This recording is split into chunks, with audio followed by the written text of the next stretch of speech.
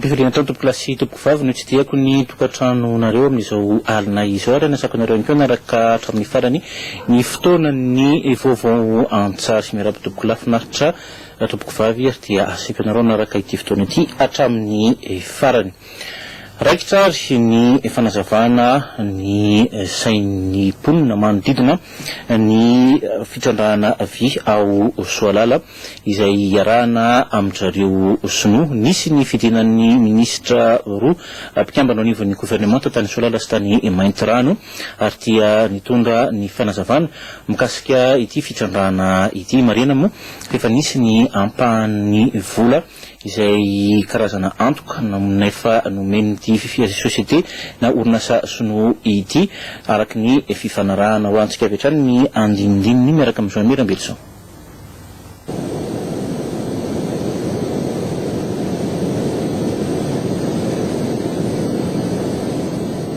Sidina manatantara tokoa raha ity taty Soalala ity, indrindra fa nidinika tamponina fampahafantarana ny vahoaka ny fitrandrahan'ny consortium Visco orinasa sinoa ny vy ny Soalala.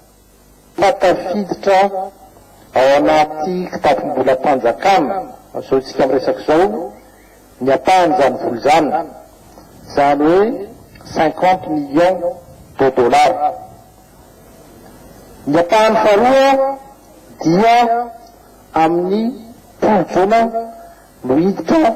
ny 50 millions de dollars apahany. Zany hoe 100 millions de dollars zany mise à disposition na fanomezana permis de recherche fotsiny. 10 taona lasy zay mitrandraka ny anakivon'ny tanitsika teto Madagasikara mbola tsy nisy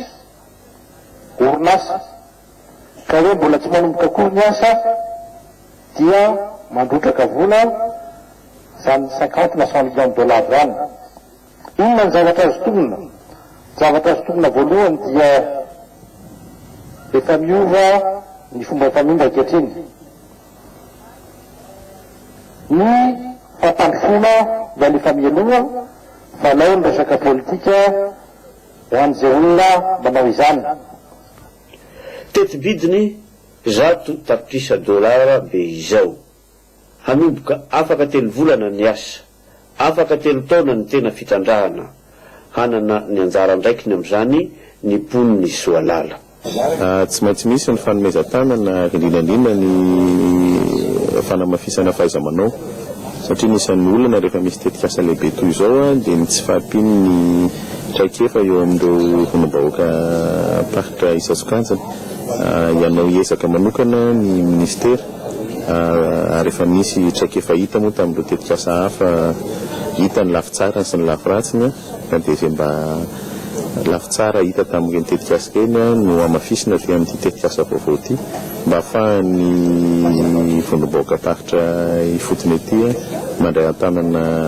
tanteraka no aviny amin'izao tetikasa. Asa ho voaforona irahety tanora halefa iofana ansinina arivo be izao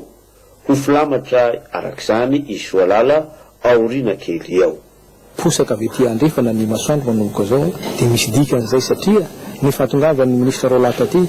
dia ny fahatongavan'ny tenako manokana ihany koa dia fampimanana sady ny vahoakan'ny Soalala sy ny manodidina ary indrindra ireo izay mpilamin'ny aminay amin'ny melaka fanomanana an'ireo tanora, fanomanana an'ireo vahoaka ara-toetraina, ara-moraly ary ara-sosiolozika ny fiovany zavatra mety hitranga atao anatin'ny Soalala satria tsy ho tapona ireo ary dia atao tompotranon'ony amin'ny fandehanan-draharaha ankapobeny amin'izany fampandrosoana goavana dia goavana tsy ary misy teto amin'ny firenena izany. Faniriany ny fitoram-panjakana malagasy ny hisian'ny fonderie any an-toerana fandrendreham-by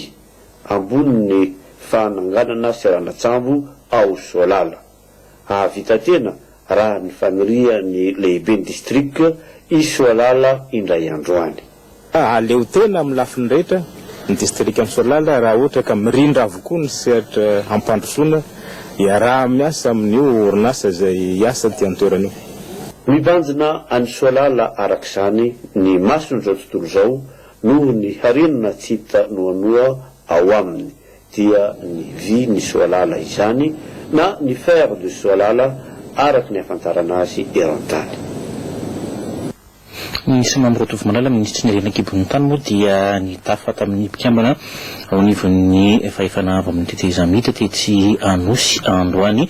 nitondra fanampanazavana mikasika iny fitrandrana vy ho atao any Soalala iny fa tamin'ity fotoana ity ihany koa dia nisy ny fanampanazavana ihany koa manodidina kosa ny resaka sirama ho arantsika ny tatitra Antonio Ramatoa Joseph Yolande izay mpikambana ao nivon'ny Vomiera Aratoekarena ao nivon'ny Asaty.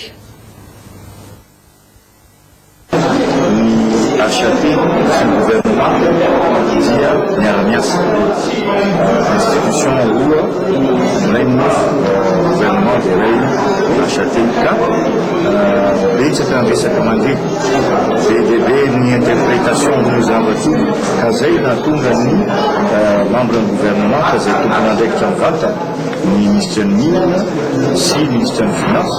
zay mikirakira ny retombée financière et économique des zavatra tonga nanazava officiellement nanome ny tena marina ny version any membre ny achaté afatara membre ny achaté rehetra ny version officielle ny zavatra zay zany ny zavatra resahana atao dia hoe ici investissement de 8 milliards de dollars ary misy vola 50 millions d'euros 50 millions de dollars zay efa versé ary 50 millions de dollars manaraka zay hoaritsika amin'ity volana juin pozan 100 millions de dollars dia misy asa be dia be misy 100 000 emplois créés dia misy 1000 gasy formena any en Chine dia misy zavatra be dia be fanamboarana ny tanàna sy ny sisa fampandrosoana ny firenena dia zay zany dia jerena tsara ny environnement sy ny namany mba tandrona tsara zay zavatra zay zany zay ny resaka mazava tsara officiel amin'izao fotoana fa tena mety le izy mifanandrify amin'ny fanovana zay mitakina ny zavatra zay nataony fitondram-panjakana malagasy tombotsoam-pirenena io ho an'ny malagasy io ampiakatra ny fahefa-mividiny malagasy ampiakatra ny vola miditra amin'ny fitabolam-panjakana. Manao tsika eto moa amin'ny fotoana manaraka ny fisotran'ny fiainana teo anivon'ny achaté sy ireo mpikambana amin'ny raharaha ao anivon'ity gouvernementa ity fa hivadika amin'ny lafy vaovao politika itsika mitohy hatrany sy ny fakana hevitra ataon'ny comité consultatif constitutionnel